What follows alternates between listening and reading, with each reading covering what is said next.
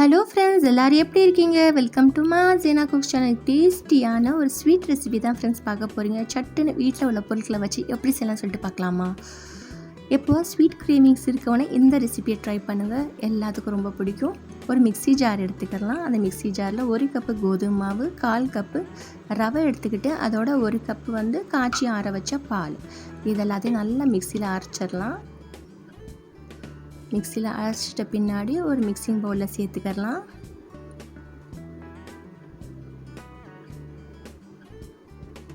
மாவு நம்மளுக்கு ரொம்ப கட்டியாகவும் ரொம்ப தண்ணியாகவும் இருக்கக்கூடாது, அது மாதிரி கன்சிஸ்டன்சி பார்த்துக்கோங்க. ஒரு கோதுமை மாவு ரொம்ப தண்ணி எடுக்கும், பால் எடுக்கும், ஒரு கரெக்டாக இருக்கும்.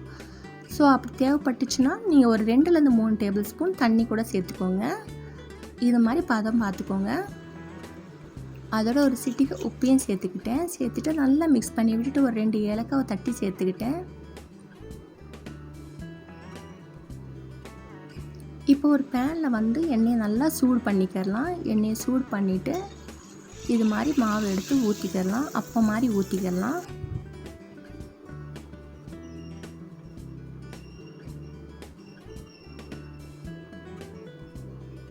இது மாதிரி பேன் வச்சு நம்ம செஞ்சோம்னா ஒரு 3லேருந்து 4 அப்பம் ஊற்றிக்கிறலாம்.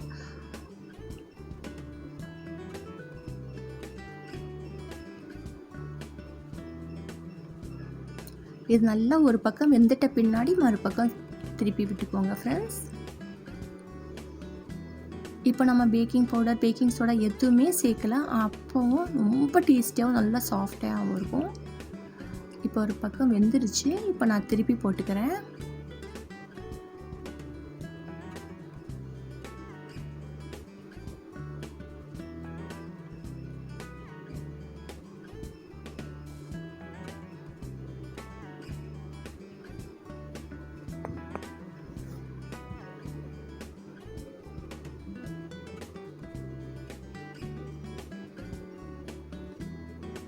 இப்போ ஒரு பிளேட்டில் எடுத்து வச்சிருக்கேன்.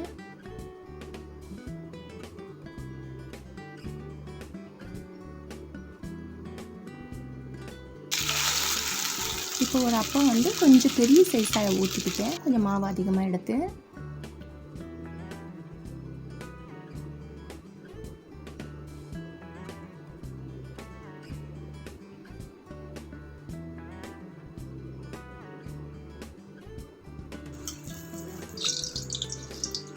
ஸ்பூன் வச்சு நல்லா ஒரு ப்ரெஸ் கொடுத்துக்கலாம். எக்ஸஸ் ஆயில்லாம் எடுத்துடலாம். இது மாதிரி மீதம் உள்ள மாவுலேயே எடுத்தாச்சு செஞ்சு. இப்போ 1 கப்பு வெல்லம், 1/2 கப்பு தண்ணி. வெல்லம் தண்ணி நல்லா கொதிச்சா போதும் ஃப்ரெண்ட்ஸ்.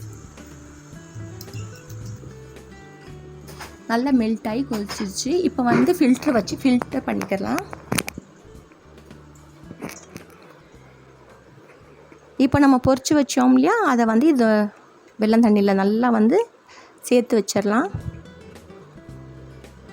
கொஞ்சம் நல்லா சோக் ஆகணும், அதனால் ஒரு மூடி போட்டு 10 நிமிஷத்துக்கு ஊற வச்சிடலாம். 10லேருந்து 15 நிமிஷம் கூட ஊற வச்சிடலாம்.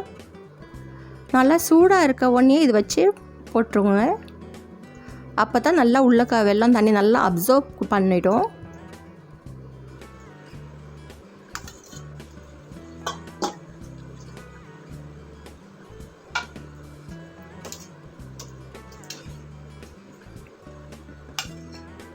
ரொம்ப டேஸ்டியாகவும் ரொம்ப எல்லாத்துக்கும் விருப்பமான ஒரு ஸ்வீட் ரெசிபி ரெடி ஆயிடுச்சு.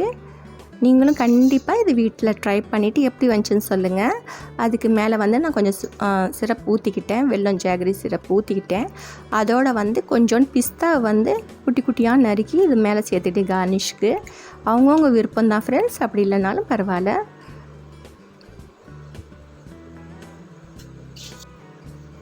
Okay friends, thanks for watching and take it. Bye bye.